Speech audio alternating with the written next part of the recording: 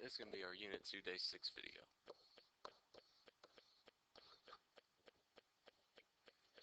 So now we've learned 3 different ways of graphing linear equations. What we're going to do is use these graphs now to solve linear equations. And that's going to kind of lead us into what we're going to do in the next unit, which is solving equations algebraically. So we can use these graphs to actually solve equations. So in some cases it's going to be easier to look at a graph, maybe even quicker than trying to solve an equation algebraically. So solving graphically is a good tool to have. So we're trying to solve equations depending on the context, depending on what it's asking for. You might be looking for an x value, a y value, or even both values. In either case, when we're expressing our answers, we want to write them as ordered pairs.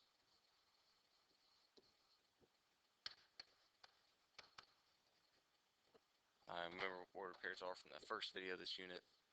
That's x, y. Alright, so just like you'd write a point.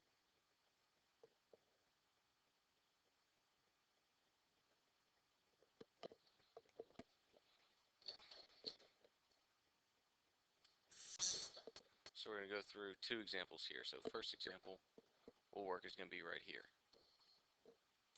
So it says find x when y equals 4 and gives us this equation here.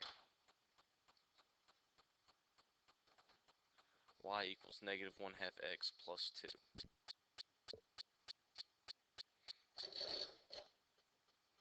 We know this is a slope-intercept equation. Right, this is going to be my y-intercept 0, 2. Plot that first, and this is going to be my slope. My slope is negative 1/2. Rise over run means I count down 1 and to the right 2. Or going the other direction, I count up 1 and to the left 2.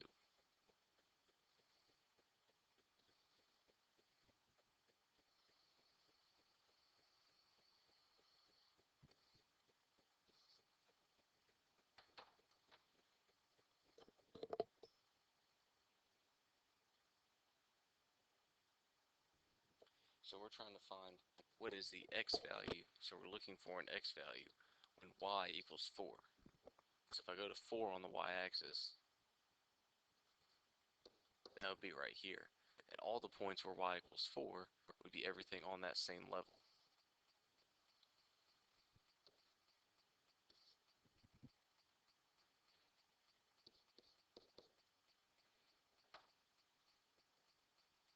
Right, it's every point where I've gone up 4 units on the graph from the x-axis. That would be the line y equals 4. So what we're looking for is the x value. So what we're going to look for here is the point where they cross, which is going to be right here at negative 4, 4. So that x value is negative 4. We can express our answer as the ordered pair, negative 4, 4. X is negative 4 when y equals 4.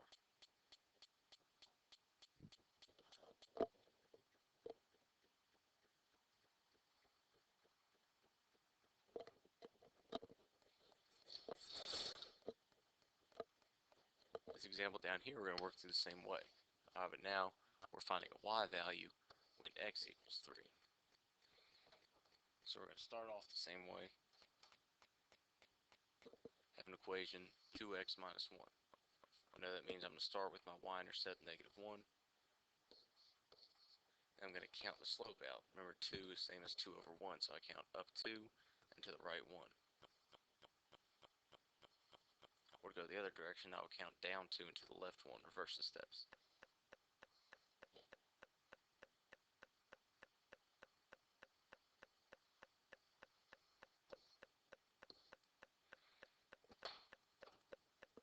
So what we're looking for now is a y value. We want to know what that y value is when x is 3. So if I go to 3 on the x-axis, that's right here. Alright, and every point where x equals 3 would be any point 3 to the right of the y-axis. Anywhere I've gone 3 units to the right of the y-axis. So it's everything above and below that area.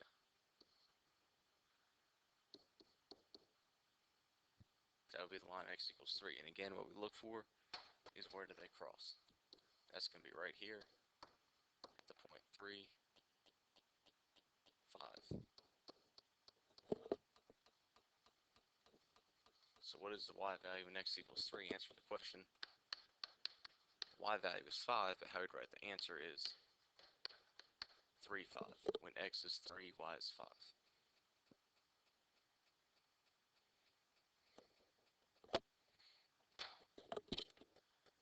So for those of you who like doing things visually, this might be an easier way for you to solve equations than to actually go through and plug numbers in and make the calculations, do the algebra. This is a way of looking at it visually and seeing where two lines cross on a graph.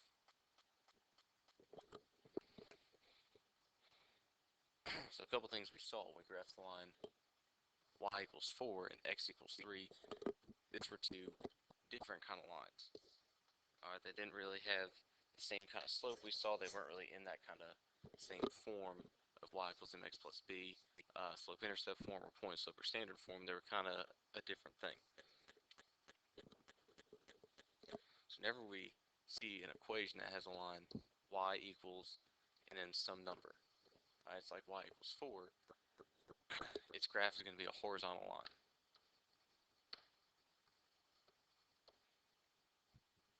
Alright, in a horizontal line we say that has a slope of 0. So it has a rise of 0 and a run of 1. You think of it that way. Alright, and a horizontal line means it goes this way, left and right. Alright, now the opposite thing, if we have a line that has the equation x equals some number, its graph is going to be a vertical line.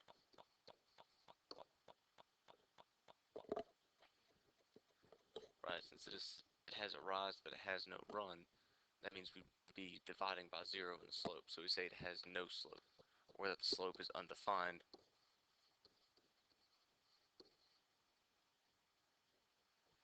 Since we'd be dividing by 0.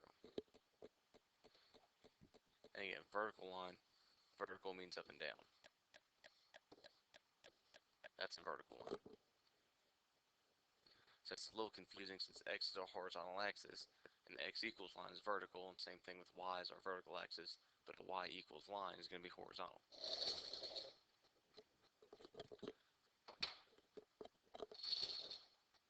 One thing that helps is you can think of the line, for example, this first one, x equals -1, think of that as every point that has an x coordinate of -1. So if you pick two different points that both have an x coordinate of -1, like -1, 2, for example, then let's say -1, -1, see that the only way you connect those would be a vertical line. Right, or we can just remember that an x equals line has to be vertical. Again, the slope for this is undefined.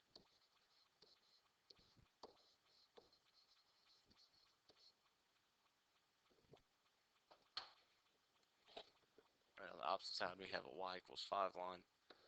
Again, you can think of it as points that have a y coordinate of 5, or you can remember that a y equals line has to be horizontal.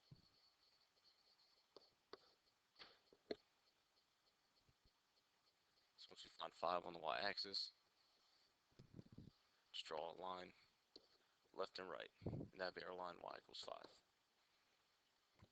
And for a horizontal line, we say it has a slope of 0, since the rise is 0 and the run is whatever you want it to be.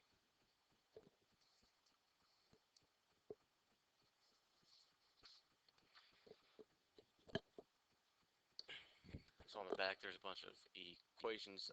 You can practice solving these equations by graphing. So the number here is telling you you're solving for whichever number when x or y equals what's in the parentheses. So for example, this one you'd be solving for y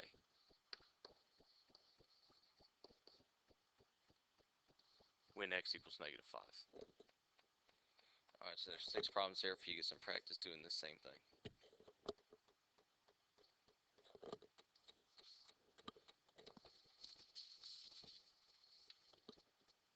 So the next step beyond solving one equation for one variable is going to be solving a system of equations where we actually solve 2 equations at the same time.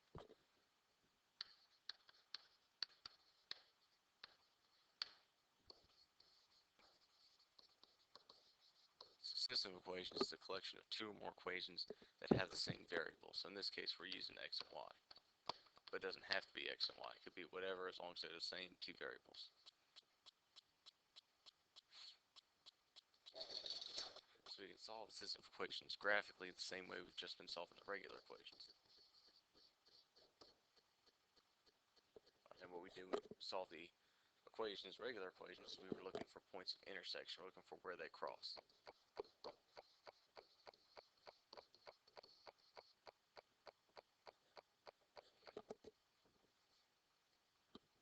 Remember that if we want to make this graphing easier, what we want to do is put everything into slope-intercept form.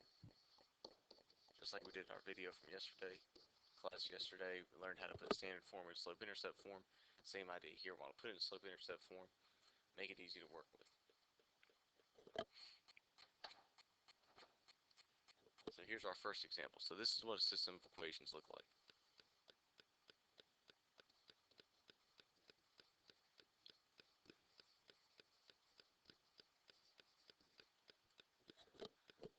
So it's two or more equations. Here's two equations that use the same variables. Here it's x and y. Since there's two variables and two equations, we call this a 2x2 system. We're not going to learn how to solve anything harder than a 2x2 system in this class, but you can always solve systems of equations as long as you have the same number of equations as you have variables or unknowns.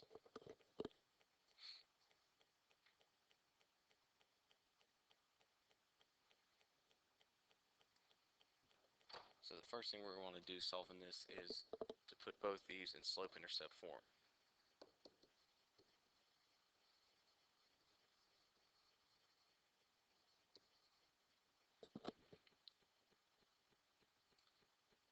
So these are pretty easy to put in slope-intercept form since neither y value has a coefficient.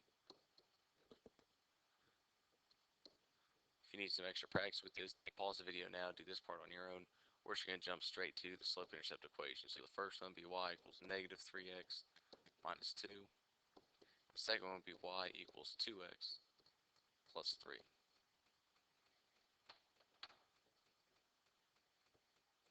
So these are now in slope-intercept form, so what I can do with that is now graph these lines. So when we graph from slope-intercept form, we start with the y-intercept and count out the slope. So for the first line, I'm going to start at negative 2 on the y-axis.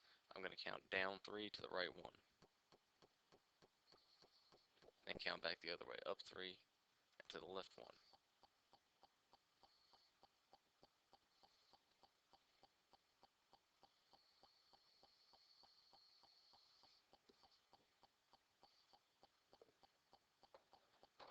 There's my first line. Second line graphing is going to be the same idea. We're going to start with our y-intercept, which is 0, 3. Slope here is positive 2, so I'm going to count up 2 and to the right 1. Going the other way, I'll be counting down 2 and to the left 1. See right there is where our intersection is. We'll keep drawing the line though just for practice.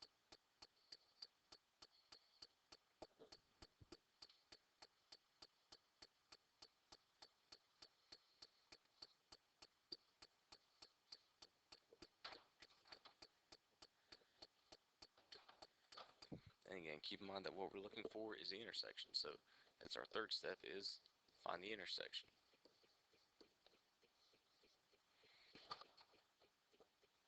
This would be our intersection right here. That'd be at the point negative 1, 1.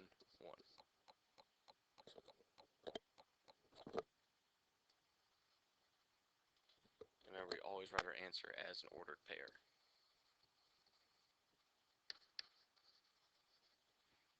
So we'd write our answer as negative 1, 1. The reason why I write it as an ordered pair is because for a system, we're solving for both x and y.